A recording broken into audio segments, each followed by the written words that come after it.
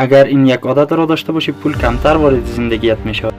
بیشتر مردم قبل از فکر کردن خرج میکنن و بعد به دنبال پول میگردن. از امروز اول خودت را پرداخت کن، حتی اگر درآمدت کم است 10% آن را پسنداز کن.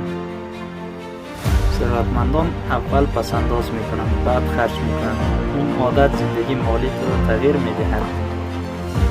برای یادگیری تجارت و پول کانال تاجر هوشمند را دنبال کن. اگر این یک عادت را داشته باشی پول کمتر وارد زندگیت میشه.